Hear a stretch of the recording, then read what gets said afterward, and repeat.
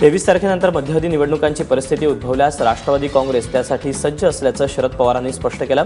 त्यांनी काल फेसबुक लाईव्हमध्ये निवडणुकांचे संकेत दिले। सोबतच त्यांनी यासंबंधी ट्विट देखील केले। तारखेनंतर मध्यावधी निवडणुका झाल्यास त्यांना राज्याचं नुकसान होणार नाही असंही शरद पवार म्हणाले। शिवसेनेनं सरकारमधून बाहेर पडण्याची भाषा केली, तसंच झालं तर विधानसभेची मध्यावधी निवडणूक अटळ असेल असं म्हणत मध्यावधी निवडणुकीस राष्ट्रवादी नुसती तयार नाही तर तशी इच्छाही आहे असंही पवार म्हणाले। 23 तारखेच्या नंतर तो जर दृष्टिकोन आणि सूर त्यांनी एकमेकांबद्दल कायम ठेवला तर महाराष्ट्रात निवडणुकीला सामोरं जावं लागेल आणि ते सामोरं जाण्याची राष्ट्रवादीची मनापासूनची तयारी आहे। एवढंच नव्हे, राज्यात मध्यावधी निवडणुका झाल्यास तर राष्ट्रवादी पक्ष कोणत्याही पक्षाला पाठिंबा देणार नाही अशी माहिती राष्ट्रवादीचे प्रवक्ते नवाब मलिक यांनी दिली। तसंच निवडणुका झाल्या तर राष्ट्रवादी सज्ज असल्याचा दावाही त्यांनी केला।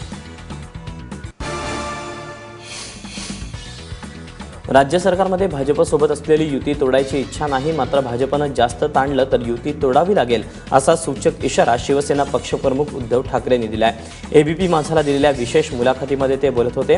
गेल्या काही दिवसात शिवसेनेचे मंत्री राजीनामा देणार अशी चर्चा सुरू झाली आहे। या पार्श्वभूमीवर उद्धव ठाकरेंचं हे सूचक विधान म्हणावं लागेल। तर राज ठाकरेंच्या प्रश्नाला त्यांनी गंमत जम्मतची उपमा दिली। आक्रमकपणा जो काही आता माझ्यामध्ये तुम्हाला आणि जनतेला दिसत असेल तो गेल्या काही दिवसातल्या महिन्यांच्या अनुभवाचा परिपाक असू शकतो किंबहुना आहे। जर का हे संबंध आणखीन ताणले गेले, तुटले गेले तर मग मला दुसरा पर्याय राहणार नाही।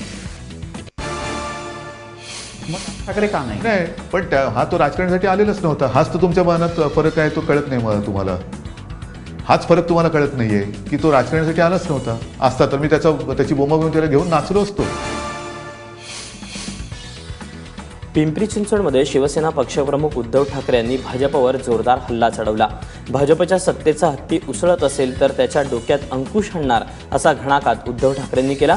तसंच राष्ट्रवादी भाजपवर टीका करत मोदी पवारही भेटीवर प्रश्नचिन्ह उपस्थित केला।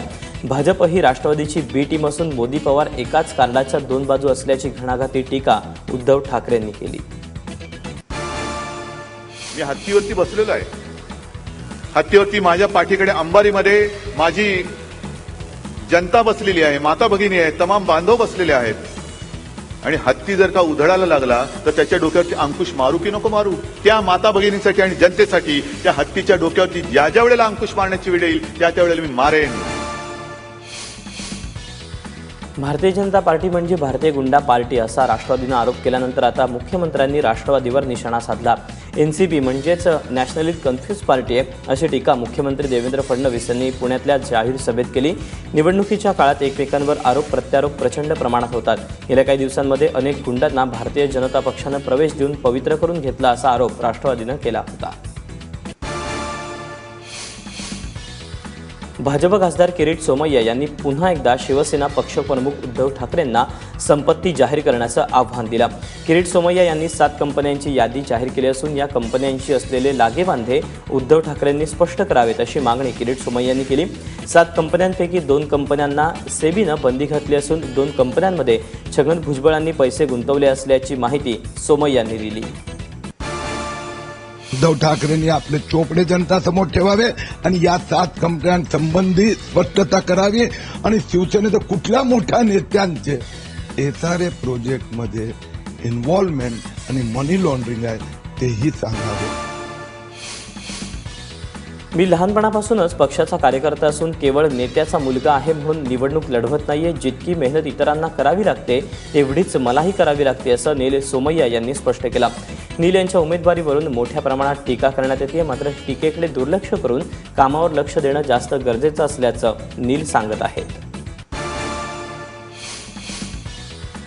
ठाण्याचे पालिका आयुक्त संजीव जयस्वाल यांच्यावर हल्ल्याची योजना आखली जात होती असा दावा मुख्यमंत्र्यांनी केल्यानंतर आता राष्ट्रवादी आक्रमक झाली।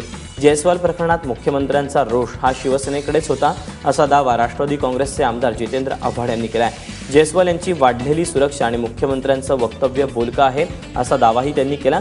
मात्र या प्रकरणी जयस्वाल यांनी तक्रार का दिली नाही असाही प्रश्न उपस्थित होतोय। पुण्यात एमआयएमचे खासदार असदुद्दीन ओवैसींची सभा अखेर होणार आहे त्याला पोलिसांनी परवानगी दिली आहे। त्यामुळे आज 5 वाजता टिंबर मार्केटमध्ये ओवेसींची सभा पार पडेल। यापूर्वी रस्त्यावर एमआयएमनं सभेची परवानगी त्यांना नाकारण्यात आली होती, मात्र सुरक्षेच्या कारणामुळे ही परवानगी नाकारण्यात आल्याचं सांगण्यात आलं।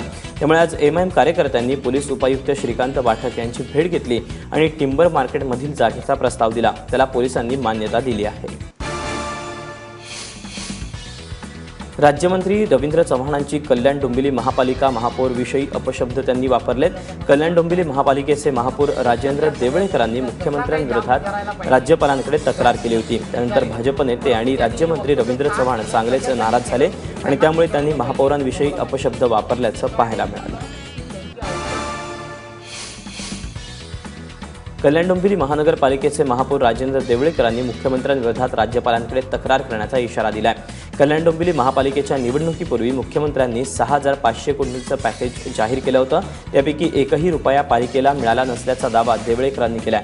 तसंच ठाणे आणि मुंबईत प्रचार करताना मुख्यमंत्री खोटी आश्वासनं देत असल्याचा आरोपही देवळेकरांनी देवेंद्र फडणवीसांना खोटारडे मुख्यमंत्री अशी उपमा दिली आहे। मुंबई महापालिका निवडणुकीत भ्रष्टाचारी नगरसेवकांच्या नातेवाईकांना उमेदवारी देण्यात आल्याचं माहिती अधिकारातून उघड झालंय। मुंबईतल्या सर्वच पक्षांनी भ्रष्ट नगरसेवकाला पाठीशी घालत त्याच्या नातेवाईकांना पुढे आणलं। भाजपचे ज्ञानमूर्ती शर्मा, काँग्रेसचे मोहसिन हैदर, राष्ट्रवादीचे अजित रावराणे तर शिवसेनेच्या ललिता अन्नामलाई या नगरसेवकांची एसीबीकडून चौकशी सुरू असून त्यांच्याऐवजी कुणाची पत्नी तर कुणाचा पती निवडणुकीच्या रिंगणात उभे राहिले। पिंपरी चिंचवडमधल्या पिंपळे सौदागरमधल्या वॉर्ड क्रमांक 28 मध्ये उच्चभ्रू सोसायट्यांमधल्या नागरिकांनी अपक्ष उमेदवार रिंगणात उतरवलेत। कोणत्याही पक्षाच्या झेंड्याखाली न राहता उच्च शिक्षित अभियंते महापालिकेत पाठवण्याच्या दृष्टीनं हा निर्णय घेण्यात आला। त्यामुळे राजकीय पक्षांसमोर उच्च शिक्षित उमेदवारांचं आव्हान असणार आहे। प्रभाग क्रमांक 28 मधला 70% मतदार हा उच्चभ्रू सोसायट्यांमध्ये राहतो, त्यामुळे आपला एक प्रतिनिधी महापालिकेत असावा अशी रहिवाशांची इच्छा आहे। महापालिका निवडणुकीत मतदानाचा टक्का वाढावा यासाठी उल्हासनगरमधील हॉटेल व्यावसायिकांनी सवलत जाहीर केली आहे। उल्हासनगरच्या हॉटेल वेलफेअर असोसिएशननं बोटावर शाई दाखवा आणि सवलत मिळवा असं आवाहन केलंय। मतदान केलेल्या ग्राहकांना हॉटेलच्या बिलावर 20% सवलत दिली जाणार आहे।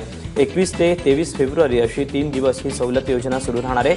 असोसिएशनच्या 70 हॉटेलांमध्ये ही सवलत देण्यात येईल।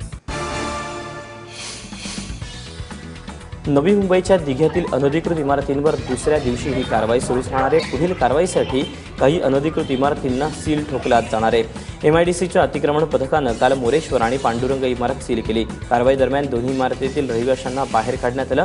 कारवाईला विरोध करणाऱ्या काही स्थानिक महिलांना पोलिसांनी ताब्यात घेतलं। दरम्यान उच्च न्यायालयाच्या आदेशानुसार ही कारवाई करण्यात येते। पहिल्या टप्प्यात 99 पैकी 7 अनधिकृत इमारतींवर कारवाई करण्यात येणार आहे। मुंबई विमानतळावर पुन्हा एकदा 63 लाखांचं सोनं जप्त करण्यात आलं। एअर इंटेलिजन्स युनिटनं केलेल्या या कारवाईत 2 किलो सोनं जप्त करण्यात आलं। दुबईहून एअर इंडियाच्या विमानानं मुंबई विमानतळावर उतरलेल्या एका प्रवाशाच्या हालचाली संशयास्पद वाढल्या, त्यामुळे त्याची विमानतळावर झडती घेण्यात आली। झडतीदरम्यान तपास यंत्रणेला 116 ग्रॅम वजनाची 20 सोन्याची बिस्किटं आणि नाणी सापडली। संबंधित तपास यंत्रणा या प्रकरणाचा अधिक तपास करत आहे।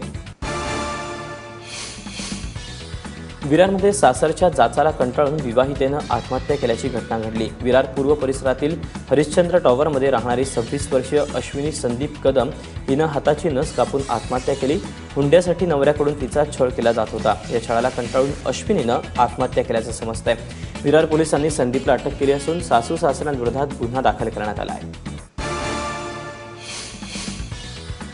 पुण्यात स्मार्ट सिटीच्या नावाखाली एका ठकसेनानं 20 ते 25 पुणेकरांना लाखो रुपयांचा गंडा घातल्याचं उघड झालंय। या प्रकरणी कोरेगाव पोलीस ठाण्यात तक्रार दाखल करण्यात आली। या प्रकरणातील आरोपी अशोक सुद्रिकनं इंटरनॅशनल कंपनी स्थापन केल्याची थाप मारली। तसंच स्मार्ट सिटी योजनेअंतर्गत कंपनीला पुणे महापालिकेकडून 1,15,00,000चं कंत्राट मिळाल्याचंही सांगितलं। मात्र महापालिकेकडे चौकशी केली असता आरोपीची कंपनी अस्तित्वात नसल्याचं उघड झालं। त्यामुळे गुंतवणूकदारांनी पोलीस ठाण्यात जाऊन तक्रार दाखल केली। कोरेगाव पोलीस सध्या फरार आरोपीचा शोध घेत आहेत।